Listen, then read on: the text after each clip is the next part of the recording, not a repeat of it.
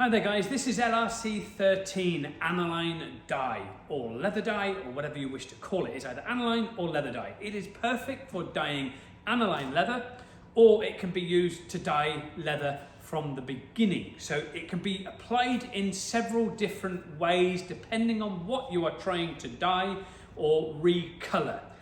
You can't really use an aniline dye to change the colour of leather. Like you couldn't, use this and expect it to come out completely blue or whatever, because it isn't going to happen, because you've got the dye coming through from the other dye that's already in the leather itself. So aniline dye can be applied by sponge. You can simply get a little bit of it into a pot, or just simply straight out of the top of the bottle if you wanted to. You would get some into a sponge. Don't let it be on there really wet. Get rid of a lot of the excess and simply apply it to the surface like so, in straight lines. You can go in circles if you wanted to, but the key to it is to keep that motion going and keep it moving. And that is how you're going to do that. Just simply keep going over the surface and just keep going over and over and over and applying the aniline dye in an even motion over the surface of the leather item that you're restoring, and just let that dry in naturally.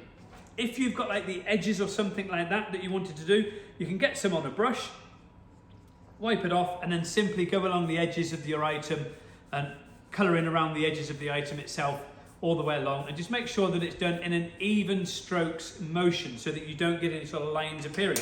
But that is LRC13 Aniline Leather Dye. Make sure that your surface is prepared properly before you apply the dye. You must prepare it properly with the leather prep and the cloth if it's on aniline.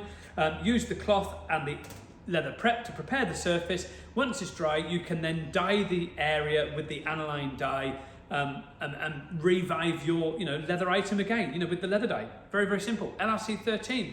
Buy it from the website, leatherrepaircompany.com.